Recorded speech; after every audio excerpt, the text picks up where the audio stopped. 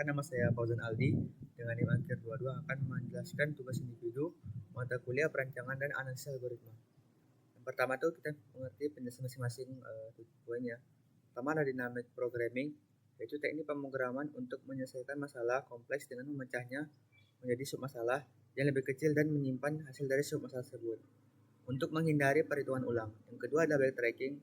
Backtracking itu teknik pencarian solusi dengan mencoba semua kemungkinan secara kursif dan membatalkan jika jalur tersebut tidak memungkinkan atau tidak optimal.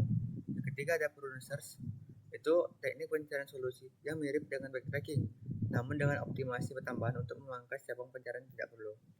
Contoh kasus strategi net programming pertama itu, Pak Rahmat memiliki 4 kios buah di kota Solo. Dia baru saja membeli 5 keranjang apel untuk ditempatkan di 4 kios yang dimilikinya. Minimal tiap kos itu memperoleh 1 keranjang apel.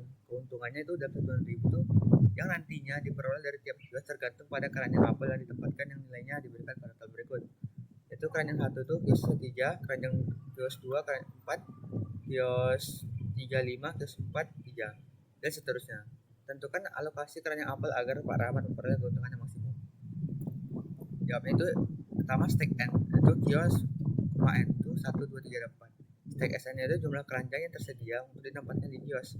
Xn itu jumlah keranjang yang ditempatkan untuk stack n. Jadi ini ada 4 tadi ya. N4 nya itu seperti ini. 1 nya itu 3, 2 nya tidak ada, 3 nggak ada, 4 nggak ada, 5 nggak ada, F4 nya 3, S4 1, dan seterusnya. Rumusnya di atas itu ada F4, S4, S4 sama dengan C, S4, X4 tambah F5, S4 kurang S4, dan seterusnya.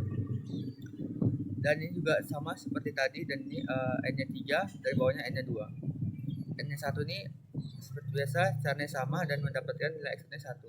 Jadi diperoleh alokasi keranjang apel berikut tuh, kios 1 itu 1 keranjang apel, kios 2 1 keranjang apel, kios 3 1 keranjang apel, kios 4 2 keranjang apel. Jadi total keuntungan tersebut itu 19.000. Contoh kasus strategi backtracking itu terdapat sebuah labirin sederhana pada gambar 1 titik start berada di posisi 1 banding 4 dan titik goalnya berada pada posisi 4 1. Sel yang diarsir adalah tidak bisa dilewati. Persoalannya yang akan silakan adalah menemukan jalur dari 4S menuju G dengan menggunakan algoritma 3 backtracking. Jarak dari satu titik ke berikutnya adalah 1 dan jarak. Operasi yang dilakukan adalah bergerak S atau posisi X bertambah dan south ya berkurang, dan west posisi X itu berkurang 1 dan northnya posisi bertambah 1. Jika diperlukan, urutan prioritas operasi yang dilakukan adalah S, South, West, North. Jadi buatlah pohon pencarian jalur ke titik goal 41 dengan menggunakan algoritma backtracking. Dimulai dari titik 1, 4, dusta, dan nomor pembangkitan pada step simpul pencarian. Jadi pencarian ini dihentikan ketika sudah mencapai titik G. Kemudian terserah seluruh urutan aksi yang dilakukan dengan mencapai G dan R.